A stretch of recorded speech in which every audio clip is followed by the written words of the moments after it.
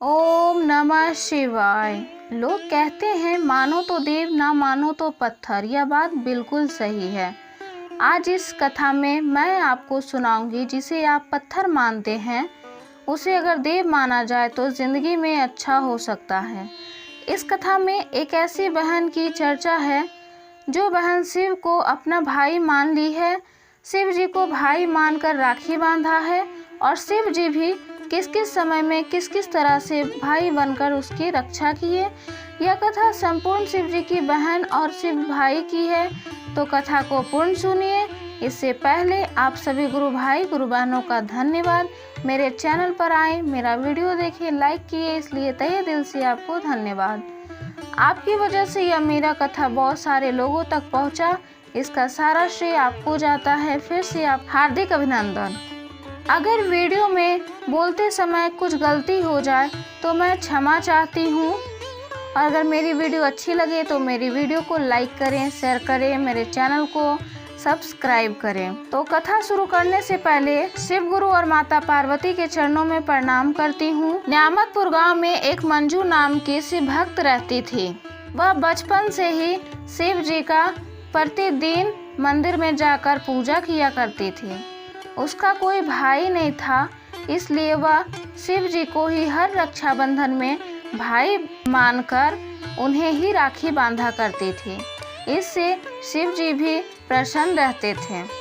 समय के साथ साथ मंजू भी बड़ी हो गई, वह विवाह के योग्य हो गई। तभी उसके माता पिता मंजू की एक अच्छे घर देखकर उसकी शादी करा दिए। शादी होने के बाद मंजू अपने ससुराल चली गई। कुछ ही दिनों में ससुराल जाकर वह कुछ दिन रही, लेकिन उसे मंदिर जाने नहीं मिलता था। इसलिए एक दिन अपनी सास से जाकर बोली, माँ जी, मैं शिव जी का रोज़ पूजा करती थी, यहाँ पर आकर मैं मंदिर नहीं जाती हूँ, इसलिए मैं शिव जी का पूजा नहीं कर पाती हूँ, इसलिए मैं मंदिर जाना चाहती हूँ। मंजू की सास बोली कि बहू, अभी तुम्हारी नई नई शादी हुई है तो गांव वाले तरह तरह की बातें करेंगे, इसलिए महादेव का एक फ़ोटो ला देती हूँ जिसे तुम घर पर ही रहकर पूजा करना। मंजू की सास बाजार जाकर शंकर जी का एक फ़ोटो ले आई और मंजू को दी।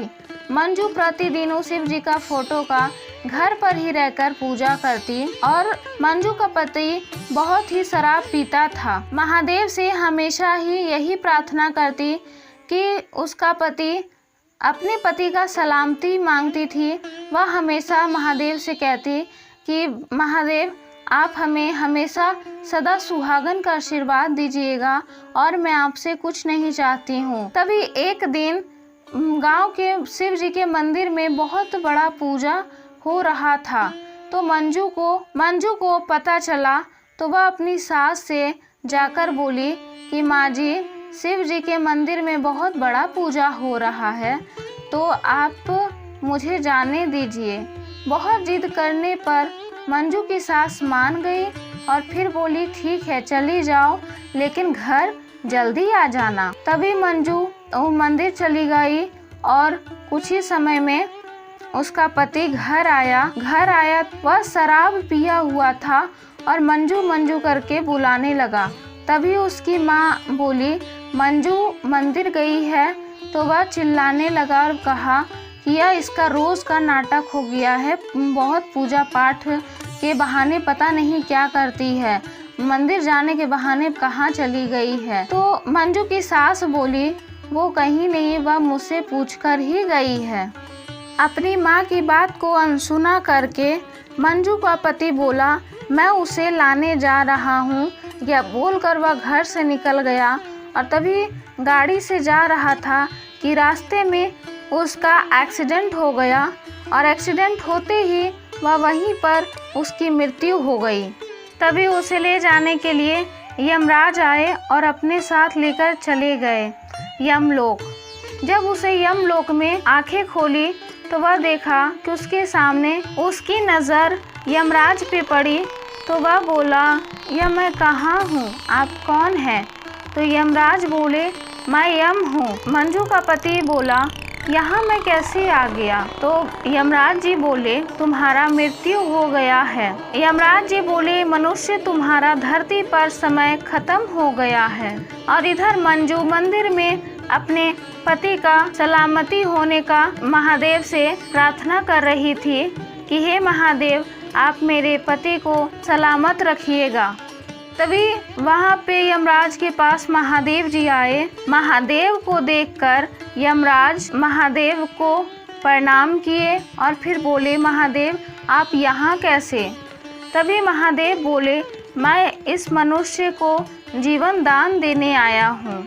यमराज बोले, महादेव यह तो इसका समय धरती पर पूरा हो गया है, तो इसे जीवन दान आप कैसे दे सकते हैं?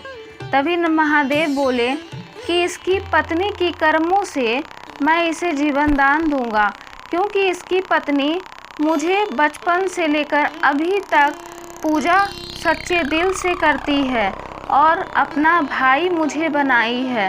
हर रक्षाबंधन में वो मुझे मेरे कलाइयों पर राखी बांधा है, तो एक भाई का फर्ज निभाना है। भाई अपनी बहन का सुहाग कैसे उजड़ता देख सकता है। तभी मंजू का पति बोला, वह कौन सी सच्ची धार्मिक स्त्री है, वह तो पता नहीं पूजा के नाम पर कहाँ कहाँ जाती है।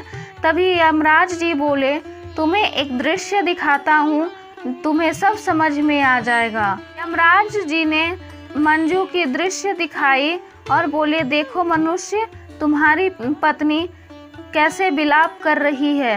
तभी जैसे ही मंजू को मंदिर में पता चलता है कि उसके पति का एक्सीडेंट हो गया है, वह भागी भागी वहीं पर जाती है जहां पर मंजू के पति का मृतक शरीर रहता है। वह जाती है, वहां पर लोगों से सुनती है क्या मनुष्य का मृत्यु हो गया है, फिर भी वह विश्वास नहीं करती और लोगों से मदद मांगती है कि इन्हें अस्पताल पहुंचा दीजिए। तो कुछ लोग बोलते हैं या तो मृत्यु हो गई इसकी, तो यह अस्पताल जाने लायक नहीं है। फिर भी वह विनती करती है। तभी कुछ लोग उसे अस्पताल में पहुंचा देते हैं। पहुंचाने के बाद डॉक्टर जब चेक करता है तो डॉक्टर भी यही कहता है कि यह इसकी मृत्यु हो गई है। फिर भी मंजू नहीं मानती है और महादेव जी को याद करने लगती है, पुकारने लगती है कि महादेव जी, आज मेरी आपको सहायता करनी पड़ेगी।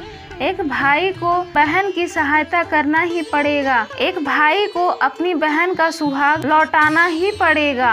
तभी यह दृश्य देखकर उसका मंजू का पति शर्मिंदा हो जाता है और तभी महादेव जी से और यमराज जी से माफ़ी मांगता है।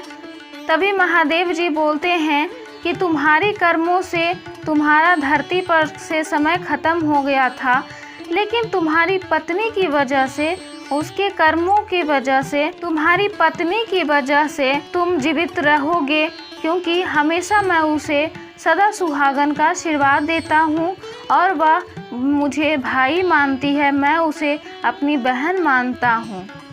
यह बोलकर शिव जी उसे जीवन दान देते हैं और यमराज से बोलते हैं, इसकी आत्मा को आप छोड़ दीजिए। तभी यमराज जी महादेव का आज्ञा मानकर उसकी आत्मा को छोड़ देते हैं और वह मंजू के पति का आत्मा अपने मृतक शरीर में जाकर प्रवेश करता है और तभी उसे होश आ जाता है।